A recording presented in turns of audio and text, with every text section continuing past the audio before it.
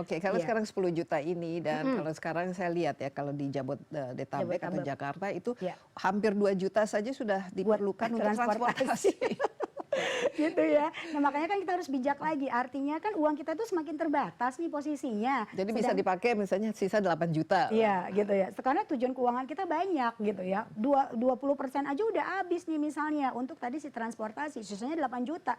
8 juta kayak gimana nih Mbak Rista? Ada belum lagi nanti kita biaya makan, apalagi kalau sudah berumah tangga, belum lagi kita ngasih orang tua kan banyak nih. Jadi harus benar-benar smart tuh Mbak Desi gitu ya. Contoh, yuk kita keluarin dulu dari sisi kewajiban kita. Apa kewajibannya kita dalam rezeki kita, ada rezeki orang lain juga tuh Mbak Desi. Karena kalau kita nggak keluarin bisa aja masa kehidupan kita panjang. Tapi kalau kita keluarin jangan-jangan rezeki kita makin panjang gitu ya.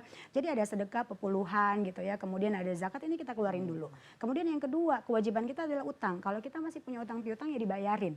Karena utang ini bisa diwariskan kepada keluarga kita kalau kita tutup usia gitu ya. Jadi ini beban juga nih gitu. Jadi hati-hati nanti kalau kita bicara tentang utang.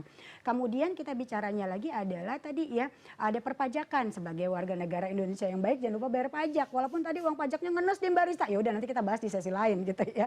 Oke, dari situ kita kewajiban, baru kita masuk kebutuhan. Kebutuhannya apa Mbak Rista? Oke, yuk berapa sih yang kita bisa buat investasi atau nabung tiap bulan? Riz, kayaknya tadi uang kita cuma 8 juta. Kalau misalnya tadi udah keluar misalnya buat sedekah, buat bayar utang gitu ya. Buat Kemudian tadi asuransi kesehatan iya mungkin gitu bayar ya. premi. Di kewajiban tadi udah ada, udah habis nih misalnya di angka 1 juta. Berarti tinggal 7 juta nih uangnya Mbak Desi gitu ya.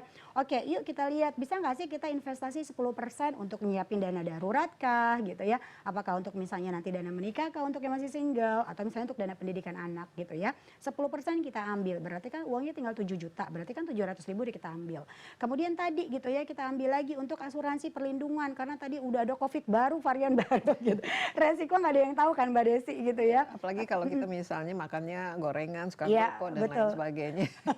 Nggak dijaga juga. Oke yuk kita punya yuk baik misalnya oh aku bayarnya BPJS aja oh ya nggak masalah yang penting kita punya mitigasi resikonya gitu ya mau BPJS mau kita punya asuransi monggo-monggo aja gitu ya sesuai dengan kenyamanan. Kemudian nextnya untuk kebutuhan rumah tangga wah mulai dari tadi biaya dapur belanja bulanan gitu ya kemudian tadi misalnya kita listrik biasa pulsa kalau yang udah punya rumah tangga untuk anak untuk istri ini banyak banget gitu ya.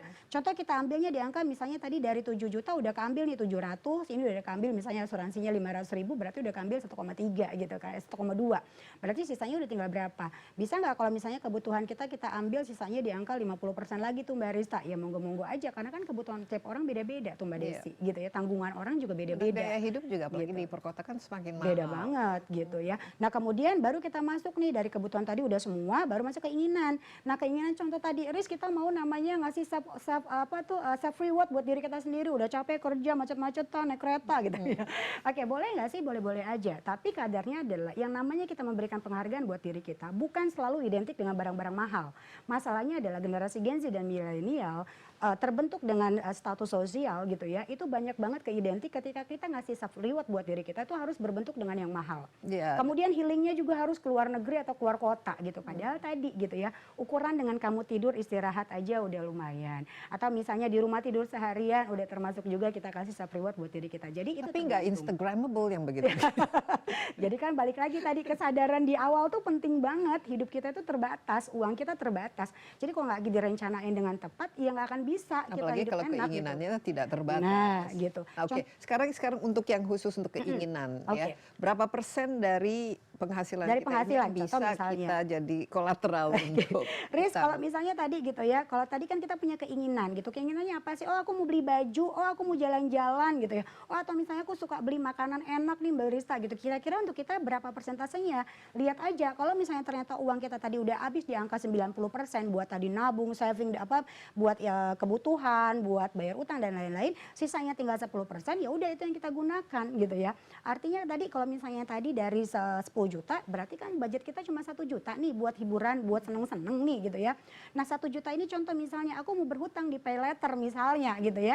Aku mau beli baju gitu ya, aku cicil 3 kali gitu. Sebulannya itu 300.000, ya nggak apa-apa, kamu masih punya kemampuan dari angka 1 juta. Tapi kalau misalnya tadi kemampuan kita di 1 juta, kita ngambil cicilannya per bulan di angka 2 juta, ya ini udah di luar kemampuan tuh Mbak Desi. Nah ini harus warning, kira-kira kalau kita tadi uangnya cuma 1 juta, kita cicilannya 2 juta, 1 jutanya mau ngambil dari mana?